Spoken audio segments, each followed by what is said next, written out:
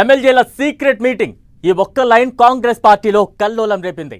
Alert అయిన party ప్రభుత్వ పెద్దలు సడన్ గా ఎమ్మెల్యేలతో ప్రత్యేక భేటీ అన్నారు.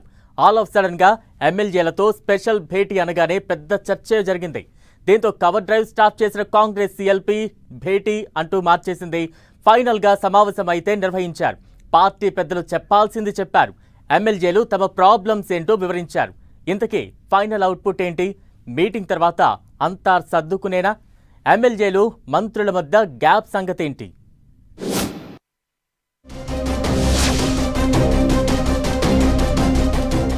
సీఎల్పీ మీటింగ్ లో సమస్యలను ప్రస్తావించిన ఎమ్మెల్యేలు, నిధులు ఇవ్వాలన్న ఎమ్మెల్యేలు, ఆర్థిక పరిస్థితి బాలేదన్న భట్టి, ప్రాబ్లమ్స్ ఉంటే చెప్పండి, బహిరంగంగా మాట్లాడొద్దని ఆదేశం. కాంగ్రెస్ ఎమ్మెల్యేల సీక్రెట్ మీటింగ్ వేడి ఇంకా తగ్గట్లేదు. ఓ మంత్రి టార్గెట్ గా 10 మంది ఎమ్మెల్యేలు రహస్యంగా సమావేశమయ్యారన్న ప్రచారం కాంగ్రెస్ పార్టీని కుదిపేసింది. అలర్ట్ అయి 4 రోజుల కింద ఎమ్మెల్యేలతో మాట్లాడే ప్రయత్నం చేశారు. ఒకరిద్దరు ఎమ్మెల్యేలు వినకపోవడంతో దీపాదాస్ మున్షి వచ్చాక ప్రత్యేక మీటింగ్ నిర్వహిస్తామన్నారు.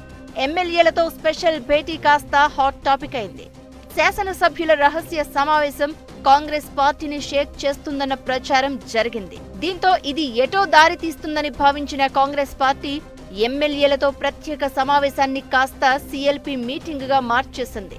అలా ఎమ్మెల్యేలు, ఎమ్మెల్సీలు, మంత్రులతో మీటింగ్ నిర్వహించారు. CM Revanth, PCC chief Mahesh Kumar Goud, party రాష్ట్ర వ్యవహారాల ఇన్ఛార్జ్ దీపాదాస్ మున్షి ఆధ్వర్యంలో జరిగిన సమావేశంలో చాలా అంశాలపై డిస్కస్ చేశారు. సీఎల్పీ మీటింగ్ లో ఎమ్మెల్యేలు తమ ఇబ్బందులను వివరించినట్లు తెలుస్తోంది. తమ నియోజకవర్గాలకు నిధులు ఇవ్వట్లేదని, ఎక్కడి పనులు అక్కడే నిలిచిపోయాయని వాపోయారట. అయితే బీఆర్ఎస్ హయాంలో కేటాయించిన దానికంటే కాంగ్రెస్ సర్కార్ పాలనలోనే నియోజకవర్గాలకు ఎక్కువ నిధులు ఇచ్చామని చెప్పారట డిప్యూటీ సీఎం భట్టి విక్రమార్క. రాష్ట్ర ఆర్థిక పరిస్థితిపై పవర్ పాయింట్ ప్రెజెంటేషన్ ఇచ్చిన ఆయన ఫైనాన్షియల్ సిచ్యువేషన్ బాలేదని అర్థం చేసుకోవాలని ఎమ్మెల్యేలను కోరారట.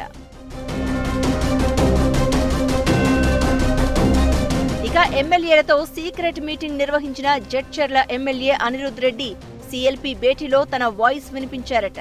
మంత్రి పొంగులేటి శ్రీనివాస్ రెడ్డి మీద ఆయన ఫిర్యాదు చేసినట్లు ప్రచారం జరుగుతోంది. భూముల ఆక్రమణ మీద ఫిర్యాదు చేస్తే పట్టించుకోవడం లేదని, ఇలా అయితే ఎలా అని ప్రశ్నించారట అనిరుద్ రెడ్డి. ఆయనే కాదు, పలువురు ఎమ్మెల్యేలు కూడా మంత్రులు టైం ఇవ్వడం లేదని పార్టీ ప్రభుత్వ పెద్దల దృష్టికి తీసుకెళ్లారట. అయితే ప్రతి 2 నెలలకు ఒకసారి సీఎల్పీ సమావేశం ఉంటుందని, ఎమ్మెల్యేలకు సమస్యలు ఉంటే ఆ భేటీలోనే చెప్పుకోవాలని సూచించారట పార్టీ పెద్దలు. రహస్య మీటింగులు, ప్రత్యేక సమావేశాలు పెట్టుకుని మీడియాకు ఎక్కొద్దని కోరారట.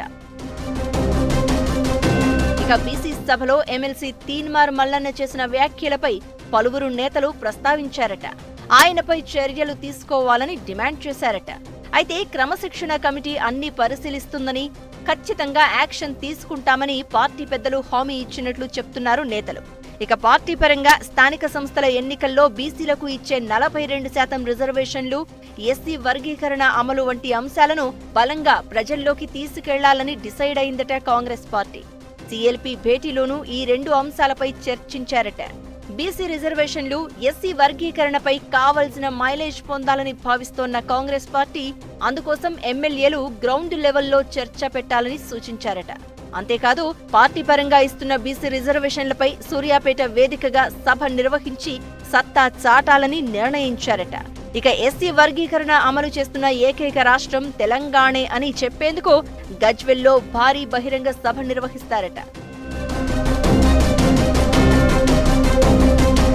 సమస్యలతో పాటు మంత్రులు టైం ఇవ్వడం లేదన్న అంశాలపై చర్చిస్తారని అనుకున్న ఎమ్మెల్యేలకు కొంత నిరాశ ఎదురైందట. రాష్ట్ర ఆర్థిక పరిస్థితి బాలేదని చెప్పి అన్నింటికీ అదే పరిష్కారం అన్నట్లుగా చేతులు దులుపుకున్నారట. దీంతో అటు నిధులపై, ఇటు మంత్రుల అపాయింట్మెంట్పై ఏమీ తేల్చక మీటింగ్ మమా అనిపించారని గుసగుసలు పెట్టుకుంటున్నారట పలువురు ఎమ్మెల్యేలు.